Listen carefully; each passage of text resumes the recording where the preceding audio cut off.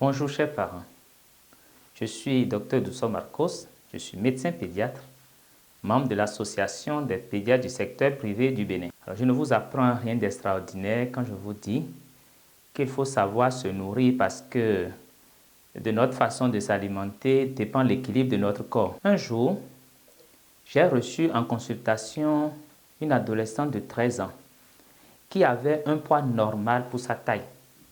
Mais chose curieuse, elle se croyait grosse. Elle a entrepris un régime pour maigrir. Donc, elle ne s'alimentait plus comme ça se devait. Et elle s'énervait même quand un membre de l'entourage, un parent, sa maman, l'invitait ou l'obligeait à manger. Donc, ce qui a inquiété bien évidemment les parents. On s'est rendu compte que cette adolescente n'avait pas vraiment une maladie organique. Elle souffrait juste d'une anorexie mentale. Si rien n'est fait chez cette adolescente, non seulement elle va continuer à maigrir, mais elle peut ne pas avoir les règles.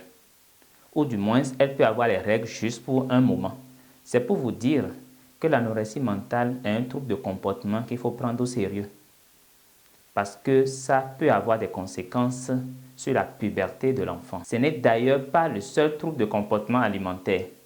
À l'opposé, il y a un autre trouble de comportement alimentaire qui s'apparente à la boulimie, ce que nous appelons la compulsion alimentaire.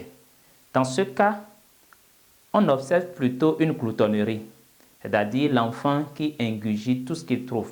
Et ça s'observe habituellement à partir de 6 ans, 8 ans, quand votre enfant est autonome, quand il peut se servir dans le frigo ou bien dans les placards.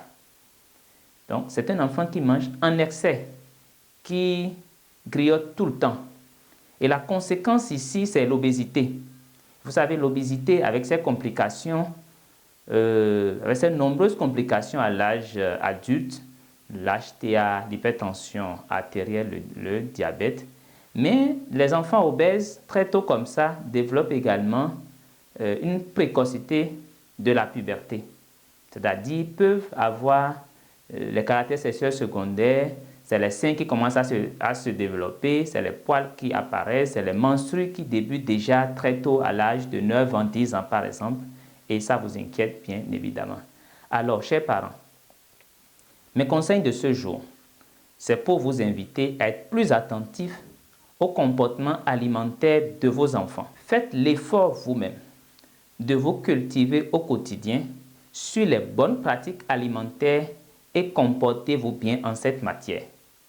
Pour préserver la santé, la vie de vos enfants, n'hésitez pas à consulter les pédiatres que nous sommes, les nutritionnistes, les psychologues, face aux éventuels troubles de comportement que vous observerez chez vos enfants, surtout si vous constatez que ces troubles comportent des risques pour la santé de votre enfant.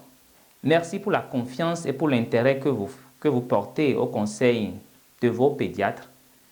À bientôt.